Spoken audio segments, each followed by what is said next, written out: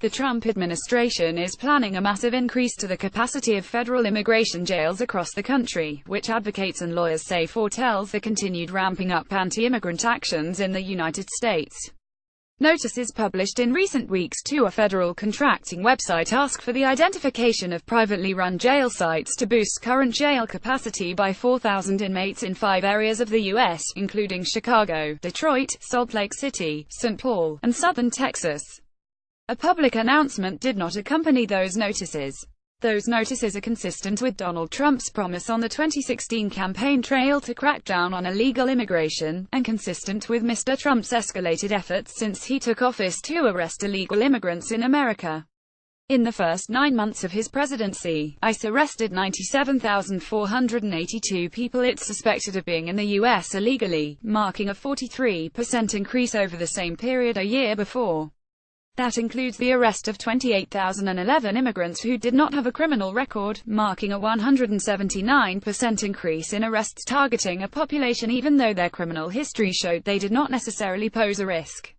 Many of those immigrants are funneled into a multi-billion-dollar private prison system, where between 31,000 and 41,000 detainees are held each night. In many cases, those private prison corporations, led by the behemoths GEO Group and CoreCivic, formerly Corrections Corporation of America, have contracts with the federal government guaranteeing their beds will be filled, or that they will receive payment regardless of whether they have a full house on any given night.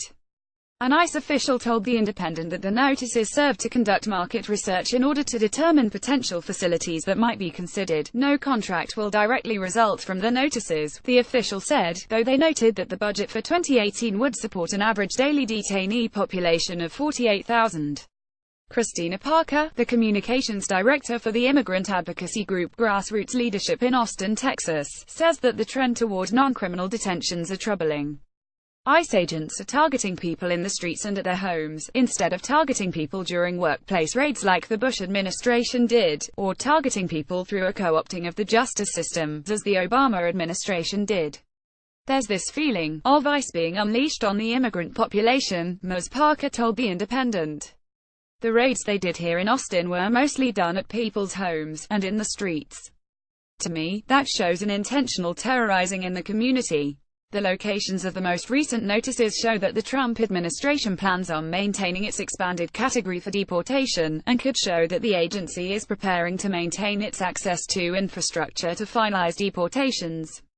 All of those are large urban areas with large airports from which deportations could easily happen, says R. Garcia Hernandez, an associate professor at the University of Denver Stern College of Law, who publishes a blog discussing the convergence of criminal and immigration law, told The Independent.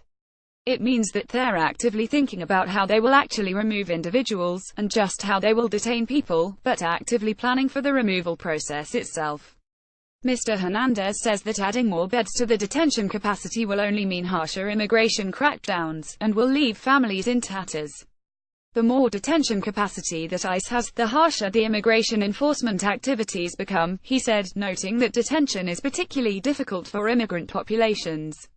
It separates families. It confines them. It surrounds them with barbed wire. For people who want to take a legal battle in the immigration court system, to be locked up and separated from families, and friends, and churches, makes it a lot more difficult than if they were living at home. Reuse content.